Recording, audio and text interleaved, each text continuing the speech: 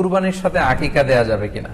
এক্ষেত্রে আমরা উত্তরে বলবো যে কুরবানি এবং আকিকা আপনাদের খেয়াল রাখতে হবে যে ভিন্ন দুটি ইবাদত।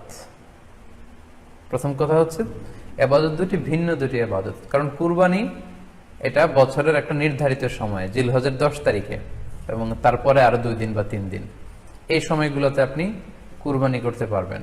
তাহলে এটা হজের মৌসুমে জিলহজ মাসে করতে হয় কুরবানি। কিন্তু আকিকা কিন্তু এরকম না। আকিকাটা যে কোনো মাসে হতে পারে।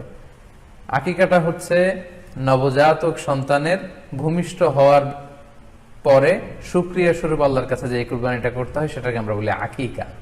হাদিসে এসেছে আকিকা। তো সেটা হচ্ছে সন্তান কখন ভূমিষ্ঠ হলো সেটার উপর নির্ভর করে। কারো সন্তান রমাদানে হতে পারে, কারো সন্তান জিলহজ মাসেও হতে পারে, শাওয়ালে হতে পারে, রজাবে হতে পারে। আকিকার ক্ষেত্রে আল্লাহ রাসূল সাল্লাল্লাহু আলাইহি ওয়াসাল্লাম বলেছে আনিল গুলামি শাতান ওয়া আনিল জারিয়াতি শাত, অর্থাৎ ছেলে হলে 2টি ছাগল দিয়ে আকিকা করো, এবং যদি মেয়ে হয় তাহলে 1টি ছাগল দিয়ে আকিকা করো। তো সেক্ষেত্রে কুরবানিতে কিন্তু এরকম বিধান নেই। কুরবানিতে কিন্তু 1টি ছাগল দিয়ে আপনি কুরবানি করলে কুরবানি হয়ে যাচ্ছে, সেখানে 2টি ছাগল দেওয়া লাগবে এমন কোনো কথা নেই। তো এভাবে আমরা বুঝতে পারতেছি, খুবই স্পষ্টত কমন সেন্স খাটালেও আমরা বুঝতে পারতেছি, এবং আল্লাহ রাসূল সাল্লাল্লাহু আলাইহি ওয়াসাল্লামের ভাষ্যগুলো অনুসারে আমরা বুঝতে পারছি দুই ধরনের ইবাদত। যদিও এই 2 ইবাদতে কিছুটা মিল আছে, কিন্তু দুই সময়ের ইবাদত, আলাদা 2টি উপলক্ষ, 2টার আলাদা নির্ধারিত সময় রয়েছে।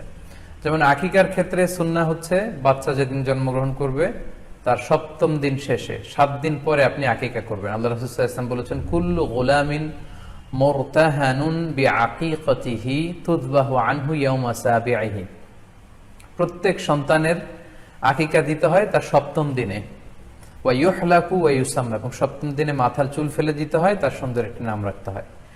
তাহলে আকিকার বিধান হচ্ছে সম্মানিত সুধী সন্তান জন্মগ্রহণ করার 7 দিন পরে। আমরা বুঝতে পারলাম আল্লাহ রাসূল সাল্লাল্লাহু আলাইহি ওয়াসাল্লামের ভাষ্য অনুযায়ী, কথা অনুযায়ী, কওল অনুযায়ী। এবার যদি আমরা আল্লাহ রাসূল সাল্লাল্লাহু আলাইহি ওয়াসাল্লামের আমল দেখি, ওনার ব্যক্তিগত আমল কি ছিল, সেক্ষেত্রে সহিহ ইবনে হিব্বানের একটি হাদিস উল্লেখ করব, যেটিকে ইবনে হাজার আল আসকালানী উনি ওনার ফাথুল বারীতে সহিহ হিসেবে উল্লেখ করেছেন। আয়েশা রাদিয়াল্লাহু তাআলা আনহার বর্ণনা, তিনি বলেন যে আক্কা রাসূলুল্লাহ সাল্লাল্লাহু আলাইহি ওয়াসাল্লাম আনিল হাসানি ওয়াল হুসাইনি ইয়াউমা সাবিঈ ওয়া সাম্মাহুমা, আল্লাহ রাসূল সাল্লাল্লাহু আলাইহি ওয়াসাল্লাম নিজে ওনার দৌহিত্র অর্থাৎ ওনার নাতি হাসান এবং হুসাইনের আকিকা নিজে করেছেন 7ম দিনে, এবং 7ম দিনে তাদের নাম রেখেছেন। একজনের নাম রেখেছেন হাসান, আরেকজনের নাম হুসাইন। অর্থাৎ হাসান রাদিয়াল্লাহু আগে জন্মগ্রহণ করেছিলেন, ওনার চেয়ে ছোট ছিল হুসাইন, উনি পরে জন্মগ্রহণ করেছেন। তো ওনাদের জন্মের পরে 7 দিন পরে আল্লাহ রাসূল সাল্লাল্লাহু আলাইহি ওয়াসাল্লাম ওনাদের আকিকা দিয়েছিলেন, এবং 7ম দিনে উনি আকিকাও দিয়েছেন এবং তাদের নামও রেখেছেন। তাহলে আল্লাহ রাসূল সাল্লাল্লাহু আলাইহি ওয়াসাল্লামের কওলি হাদিস, ওনার ভাষ্য মতে আমরা জানলাম উনি বলেছেন 7ম দিনে আকিকা দিতে হয়, এবং ওনার ব্যক্তিগত আমল থেকে আমরা জানতে পারলাম যে উনি ওনার 2 নাতির আকিকা দিয়েছেন 7ম দিনে এবং নাম রেখেছেন। তাহলে এ থেকে আমরা সুস্পষ্ট বুঝতে পারি যে আকিকা দিতে হয় সন্তান জন্মগ্রহণ করার 7 দিন পর, 7ম দিনে।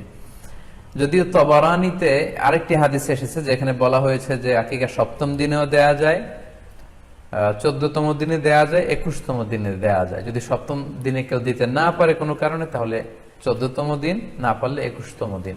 তাহলে সুস্পষ্টভাবে উল্লেখ আছে যে আকিকার সময়সীমা 7ম দিনের কথা আমাদেরকে বলা হয়েছে। তো সেক্ষেত্রে আপনার সন্তান জন্মগ্রহণ করলে আপনি শুকরিয়া স্বরূপ আত্মীয় স্বজনকে খাওয়াবেন, আকিকার গোশত নিজেরাও খাবেন। তো এটা যদি আপনি কুরবানির জন্য রেখে দেন, তাহলে তো সন্তান দুনিয়াতে আসার এই আনন্দটা থাকে না। একজন যখন সন্তান পায়, সে কেমন যেন আকাশের চাঁদ হাতে পায়।